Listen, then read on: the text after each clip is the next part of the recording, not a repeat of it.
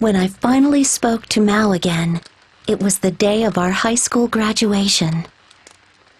I heard from our homeroom teacher that Mao was going to college in some far-off city. It was a college where he could really pursue his study of botany. I didn't want to leave things as they were.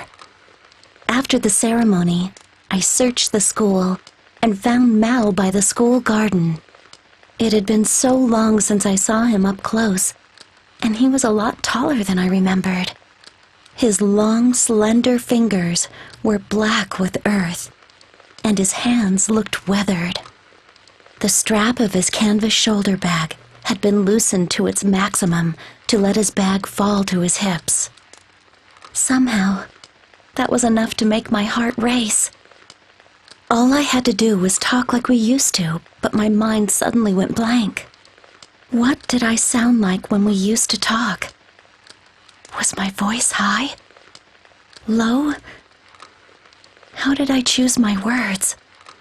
Was I curt with him? Cute? What was my timing when I smiled or got angry? I had no idea what to say. The graduates and students were laughing and crying together.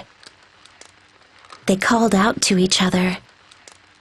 Their incessant flow of words echoed through the school halls and reverberated around us.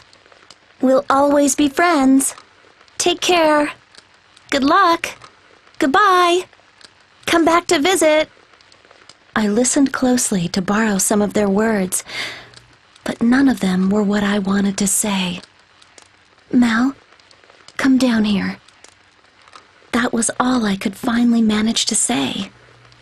After a quick look of confusion, Mao kneeled before me, eyes on mine.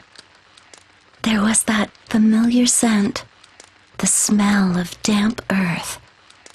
Mao always smelled of earth. Long ago, I used to love napping beside him as he read.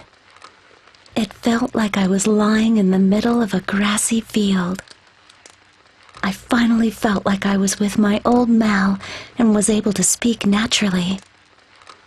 How's your research for the lantern blossoms going?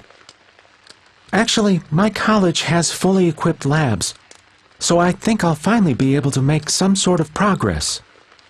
Genetic engineering is still a tricky field, so I probably won't be successful right away.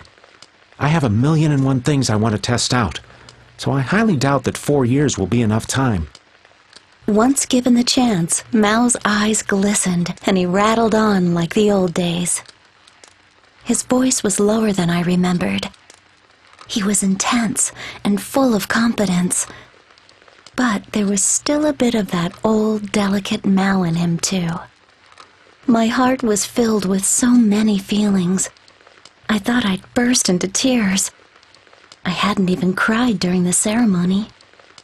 How had I survived being apart from Mao all these years? How could I stand not hearing him? How could I breathe without taking in his scent? Why hadn't I tried to patch things up sooner? And now, Mao was going far away. I would never be able to follow him with my legs. Mao was like a towering tree beside me. He offered me cozy shade, quenched my thirst with dew, gave me fresh oxygen to breathe. He was a gentle, peaceful tree. Mao, we'll always be friends, right? Yeah. Take care where you're going. Yeah. Good luck. Yeah. Goodbye. And come and visit me sometime. Yeah. I'm still studying photography, and I've even landed some gigs.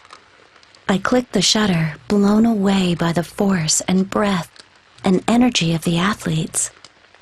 As a hobby, I've begun shooting trees and flowers, too. Whenever I capture the workings of life that flowers give off so powerfully, and yet can be so easy to miss if you're not careful. I swear I can smell Mao beside me. Though the year of his graduation came, Mao did not. Rumor had it he was staying late at the lab. He was so preoccupied, he'd probably forgotten all about me. I knew deep down in my heart, he never had any intention of keeping his promise to see me again. By that point, he and I had already started to make our way down our own separate paths. I had left my tree called Mao and was already breathing on my own. I'd come to the realization that our dreams no longer fit on a one-page drawing the way they used to. Where did you come from? Where are you going? I'm sure you come from someplace I don't know. Going someplace I can't follow. If during your journey you happen to encounter a lantern blossom, I want you to take a moment. Stop and think about the botanist who created it.